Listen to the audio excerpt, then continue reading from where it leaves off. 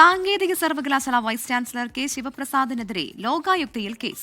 മുൻ സിൻഡിക്കേറ്റ് അംഗം ഐ സാജു നൽകിയ പരാതിയാണ് ലോകായുക്ത ഫയലിൽ സ്വീകരിച്ചത്. സിൻഡിക്കേറ്റിന്റെ അനുമതിയില്ലാതെ അഭിഭാഷകനെ നിയോഗിച്ച് കേസ് നടത്താൻ വൈസ് ചാൻസലർ പണം അനുവദിച്ചതിനെതിരെയാണ് പരാതി.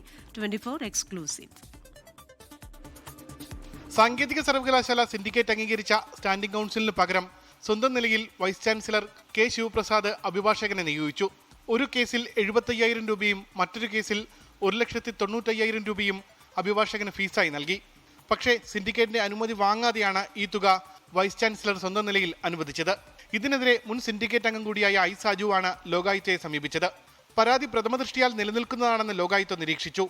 അന്വേഷണം നടക്കേണ്ടതുണ്ട്.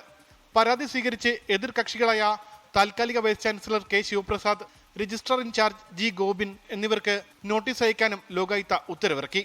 അഭിഭാഷകന് ഫീസ് നൽകുന്നത് തെറ്റല്ല, പക്ഷേ അനുമതിയില്ലാതെ പണം നൽകിയിട്ടുണ്ടെങ്കിൽ ആ നടപടി തെറ്റാണെന്നും പരാതി പരിഗണിച്ചപ്പോൾ ലോകായുക്ത അഭിപ്രായപ്പെട്ടു. 14 കേസ് വീണ്ടും പരിഗണിക്കും. വൈസ് ചാൻസലർ ഉൾപ്പെടെയുള്ളവരുടെ മറുപടി തൃപ്തികരമല്ലെങ്കിൽ കടുത്ത നടപടിയിലേക്ക് ലോകായുക്ത നീങ്ങുമോ എന്നതാണ് നിർണായകം. ഉമേഷ് ബാലകൃഷ്ണൻ, 24 തിരുവനന്തപുരം.